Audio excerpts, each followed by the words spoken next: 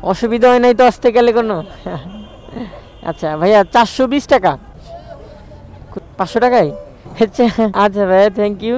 ওকে ভাইয়া, ভালোভাবে থেকে। ঠিক আছে ভাই, হ্যাঁ ওকে। মন কারে বলে 420 টাকার ভাড়া দিছে 500 টাকা। সম্ভবত একটু মনের প্রশংসা না করলেই নয়, 120 টাকার ভাড়া 500 টাকা দিয়ে দিছে। দেখেন মন কারে বলে। আলহামদুলিল্লাহ, আল্লাহ পাক ভাইকে হায়াতে জিন্দেগি বাঁচিয়ে রাখুক এবং সকলকে সাহায্য সহযোগিতা করার তৌফিক দান করুক, আমিন। একটা ভুলের কারণে আমি মেইন যে রোডটা, ওই রোডটাকে ধরতে পারি নাই, বিদায় এখন বিপদে পড়ে এই রোডটাকে ব্যবহার করতে হইতেছে।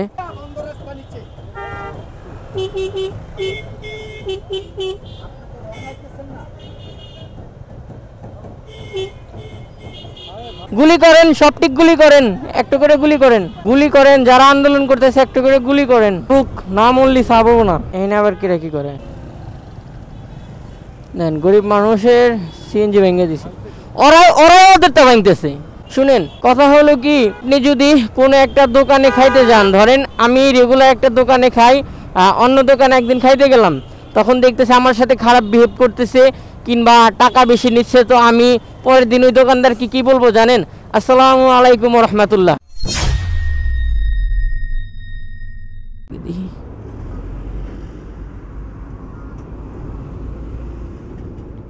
যাচ্ছিলাম সিরাজগঞ্জ থেকে ঢাকার পথে, সাভার থেকে আমি আমার উবার অ্যাপসটা ওপেন করে রাখছিলাম। 420 টাকার একটা শিপ ঢুকছে, যাবে ব্রাক ইউনিভার্সিটি, অর্থাৎ বাড্ডা। যাই হোক, ব্রাক ইউনিভার্সিটি ভালো একটা লোকেশন।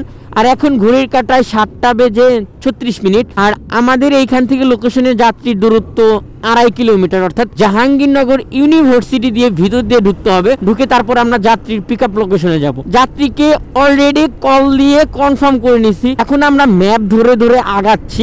2.7 কিলোমিটার আমরা যাত্রীর কাছে যাব। দেন যাত্রীকে আমরা পিক আপ করে নিয়ে আমরা বাড্ডার দিকে চলে যাব। দেন তারপরে যাত্রী ভাইটিকে নিয়ে যাওয়ার পর আপনাদের সঙ্গে আরো বিস্তারিত আলোচনা করা যাবে। খুব চমৎকার লাগতেছে, কারণ এই প্রথম জাহাঙ্গীরনগর ইউনিভার্সিটির ভিতরে ঢুকলাম। জি ভাইয়া, হ্যাঁ ঢুকে পড়ছি, আমি আসতেছি, এই 2-3 মিনিট থাকেন আপনি। ওই যে গেটে ঢুকতে গেলে যে সিকিউরিটি গার্ড ঢুকতে দিচ্ছিল না, ভাইকে পরে কল দিলাম, কল দিয়ে কনফার্ম করে আমরা ঢুকে গেলাম। এখন আমাদের সুন্দর করে ম্যাপ দেখে ধরে ধরে তারপরে যাইতে হবে, যেহেতু ভার্সিটির মধ্যে এই প্রথম প্রবেশ, রাস্তাঘাট মুখস্থ নাই থাকতে পারে, বের উপরে ভরসা করে আমাদের চলে যাইতে হবে। আর লোকেশন অনেক ভিতরে চলে আসছে। আপনি লোকেশনটা দিছিলেন কোথা থেকে? ভিতর থেকে? হ্যাঁ হ্যাঁ হ্যাঁ, বুঝতে পারছি। আপনি কি ব্রাকে পড়েন? মাঝে মধ্যে এইদিকে, আমি এই দিক থেকে তো যাই না ওইদিকে আর কি। হয়েছে কি, আমি যে বাসায় গেছিলাম বুঝছেন, বাসায় থেকে আসার পথে তো এইদিকে ভাবলাম যে মাঝে মধ্যে ট্রিপ হয়, এত ওপেন করে রাখছি যে আলহামদুলিল্লাহ ঢুকে গেছে। এদিকে তেমন একটা আসে না। প্রায় 1.5 কিলোমিটার ঘুরে আমাদের ইউটার্ন করা লাগতেছে। ভাড়ার বিস্তারিত বর্ণনা যদি আমরা করি, তাহলে আমরা যাব ব্রাক ইউনিভার্সিটি, যেটা বাড্ডায় অবস্থিত। আমি যখন সিরাজগঞ্জ থেকে ঢাকার প্রবেশ করি, বিনগর পার হওয়ার পরে অ্যাপসটাকে ওপেন করে রাখছিলাম, আর ভাইও কিন্তু বলতেছে ভাই এইখানে তো পাওয়া সম্ভব না। আমিও বলছি যে ভাই আল্লাহর ইচ্ছা যাত্রীও পাওয়া সম্ভব না। এখান থেকে দূরত্ব 34 কিলোমিটার, যেহেতু ইউটার্ন করা লাগতেছে এটার জন্য একটু কিলোমিটারটা বেশি। সময় দেখাচ্ছে 1 ঘন্টা মিনিট। ওভার ব্যান্ড উল্টায় পড়ে রয়েছে, এই জন্যই তো এই রোডটা এত, যখন এই রোডে আসে তখন যেহেতু কোনো না কোনো দুর্ঘটনা হয় আর এরকম জ্যাম পড়ে। আলহামদুলিল্লাহ ঢাকার ভিতরে ঢুকে গেছি, আর এখন আমরা পার হলাম টেকনিক্যাল মোড়। ভালোই, বেশ কিছু জ্যাম ছিল না, বাট আসতে গেলে একটা দুর্ঘটনা দেখলাম, অতএব আপনারা মনে হয় ভিডিওতে দেখতে পেয়েছিলেন। তো এখন মোটামুটি জ্যাম নাই। এখন বাজে 8:21, জ্যামের সংখ্যা খুবই কম। এখন পাচ্ছি বিজয় সরণি 1-2 মিনিট ক্লিন, দেখতেছেন। আর বিজয় সরণি যে মেট্রো নিচে কি পরিমাণে একটা জ্যামে ছিলাম, কমসে কম 5 মিনিট ওইখানে দাঁড়াইছিলাম, একদম লাস্ট সিগন্যালে, যেখানে বামে টার্নিং নিব ওইখানে কি জ্যাম, আর যে এইখানে একদম ফাঁক। আলহামদুলিল্লাহ অনেক জ্যাম ট্যাম ঠেলে এখন আমরা আছি। কি এনারা কি আবার ধর্মঘট করবে নাকি? অসুবিধা হয় নাই তো আসতে গেলে কোনো? আচ্ছা ভাইয়া, 420 টাকা, 500 টাকায়? আচ্ছা ভাইয়া, থ্যাংক ইউ। ওকে ভাইয়া, ভালোভাবে থেকে। ঠিক আছে ভাই, হ্যাঁ ওকে। মন কারে বলে সম্ভবত একটু মনের প্রশংসা না করলেই নয়, 120 টাকার ভাড়া 500 টাকা দিয়ে দিছে। দেখেন মন কারে বলে। আলহামদুলিল্লাহ, আল্লাহ পাক ভাইকে হায়াতে জিন্দেগি বাঁচিয়ে রাখুক এবং সকলকে সাহায্য সহযোগিতা করার তৌফিক দান করুক, আমিন। আমরা আর একটা ট্রিপ পাইছি, বাট সমস্যা হলো যে জ্যাম, আমাদের এইখানে আবার আসতে হবে। পাইছি, কিন্তু একটা ভুলের কারণে আমি মেইন যে রোডটা, ওই রোডটাকে ধরতে পারি নাই। বিদায় এখন বিপদে পড়ে এই রোডটাকে ব্যবহার করতে হইতেছে। আল্লাহ যাত্রীরা যেন পায়, যাত্রীরা ভালো একটা অ্যামাউন্ট। জায়গায় জায়গায় নতুন নতুন রাস্তা তৈরি হইতেছে, যে কারণে সব জায়গায় আপনার ড্রেন কাটা হইতেছে, রাস্তা কাটা হইতেছে। আমাদের বিভ্রান্তিকর পরিস্থিতির মধ্যে পড়তে হয়, বাট একটু বুদ্ধিমত্তা আর কিছু ট্রিক্স খাটাইলে এটা আপনি পিছনে ফেলতে পারবেন। তবে যাত্রীর পর্যাপ্ত সময় থাকতে হবে, কারণ এই যাত্রীটাকে কিন্তু আমি কল দিয়েছিলাম, আমি কিন্তু রিসিভ করি নাই।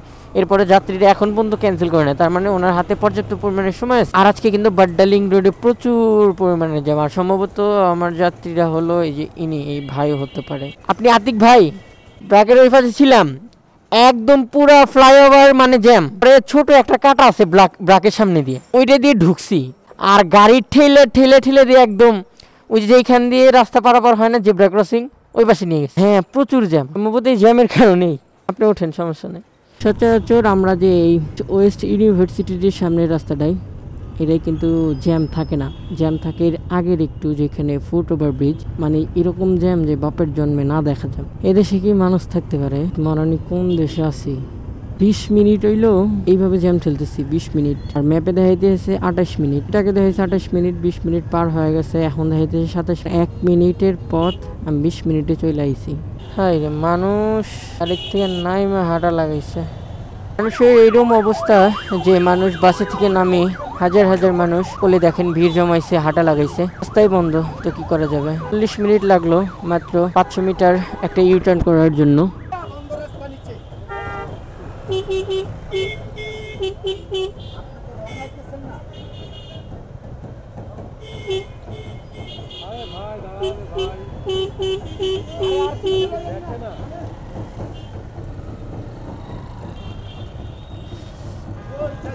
গুলি করেন, সবটিক গুলি করেন, একটু করে গুলি করেন, গুলি করেন, যারা আন্দোলন করতেছে একটু করে গুলি করেন। না মরলি সাবো না, এখানে আবার কিরা কি করে দেন। গরিব মানুষের সিএনজি ভেঙে দিছে, ওরা ওদেরটা ভাঙতেছে, ওদেরটা ভাঙতেছে। কোন এইটা বলে বাংলাদেশ, এইটা বলে বাংলাদেশ একদম অসতলে গেছে, একদম অসতলে। দেশে মানুষ আছে কি বাইসে আছে কিচ্ছু বলতে পারতেছি না। মনে করেন আপনারা কত সুখে আছেন, না কত সুখে আছেন, একদম শেষ। টাকা না বেশি আসলো, না অনেক বেশি আসলো, এত তো আসার কথা না। আমার 200 দেখালো, এখানে 296 দেখায়। আপনি 200 টাকাই দেন, সমস্যা নেই। 200 টাকা নি, কোথায় রাখলাম? আচ্ছা ভাই, থ্যাংক ইউ। কষ্ট দিলাম ভাই, কষ্ট দিয়ে দিলাম। কি একটা পরিস্থিতি, আল্লাহ তুমি রহম করো, তুমি রহম করো। এরকম ভাবে পরিস্থিতি হইলে কিভাবে গাড়ি চালাবো? দেখেন, শুনেন, কথা হলো কি, আপনি যদি কোনো একটা দোকানে খাইতে যান, ধরেন আমি রেগুলার একটা দোকানে খাই, অন্য দোকানে একদিন খাইতে গেলাম, তখন দেখতেছে আমার সাথে খারাপ বিহেভ করতেছে কিংবা টাকা বেশি নিচ্ছে, তো আমি পরের দিন ওই দোকানদারকে কি বলবো জানেন? আসসালামু আলাইকুম রহমতুল্লাহ। তার মানে কি, আমি পোলট্রি খেয়ে গেলাম, আপনার দোকানে আজকেই শেষ। তো সেম প্রসেস, 130 টাকা 40 টাকার ভাড়া যদি 200 টাকা শো করে, একটু হতভাগ হয়ে যায়। এবং কি এটা যদি আবার যদি যাত্রীকে নামানোর পর 300 টাকা হয়, উনি ওই একদিনই রাইড নিবে, তারপরে রাইড নিবে না। জিনিসটা দেখতেছেন আপনারা কীরকম কি একটা পরিস্থিতি হইতেছে। এই যাত্রীকে নিয়ে আসলাম, কখন উঠেছিলাম 1 মিনিট আপনাদের দেখাই। যাত্রী বাইকে উঠেছিলাম প্রায় 8টা বেজে 40 মিনিট, এখন বাজে 10টা 10 মিনিট, তাহলে 20 মিনিট 30 মিনিট 1 ঘন্টা, 1.5 ঘন্টায় এই যাত্রীকে নিয়ে আসলাম ব্র্যাক ইউনিভার্সিটির অপোজিট সাইড থেকে খালিতে। 1.5 ঘন্টায় ভাড়া আসলো 300 টাকা, ভাবা যায় একটা বিষয়। তো এই যাত্রী কি আর পরের দিন কি রাইড নিবে? এই কারণে সবচেয়ে বেশি আজকে আমার খুব কষ্ট লাগছে। ঢাকা শহরে কেন এত আন্দোলন, কেন এত আন্দোলন? প্রত্যেকটা জায়গা থেকে মানুষ আন্দোলন করতেছে। ওরাই আমি আমার শত্রু হয়ে গেছে, দেখছেন? আমি আমার শত্রু কিরকম? আমি এক রাইডার হয়ে কেন অন্য রাইডার ভাইয়ের গায়ের উপর হাত তুলবো? আমি একজন বাইকার হয়ে কেন অন্য বাইকারের গায়ে হাত তুলবো? আমি একজন বাইক লাভার হয়ে কেন আরেক বাইককে আমি আঘাত করবো, আরেক বাইককে ভাঙবো? সেম হইতেছে। এক সিএনজি আলা আরেক সিএনজি আলার কেন সিএনজি ভাঙলো? কথার উত্তর দেন। এক সিএনজি আলা কেন আরেক সিএনজি আলার লুকিং গ্লাস ভাঙলো? এক সিএনজি আলা আরেক সিএনজি আলার কেন গ্লাস ভাঙলো? কেন? সে আন্দোলনে যায় না এই কারণে। আর আন্দোলন কি, কিসের এত আন্দোলন? ভাই কি তেল শেষ? ভাই এই ভাই তেল শেষ? তাইলে সেলফ নিতেছে না, মনে হয় ব্যাটারির সমস্যা, মনে হয় ব্যাটারির সমস্যা নাকি? আচ্ছা দেখেন, আর তেল সমস্যা হলে তাও একটু সামনেই পাম্প আছে, আগায় দেওয়া যাইতো, কিন্তু টেকনিক্যালি সমস্যা হলে তো আমি আর কিছু করতে পারি না।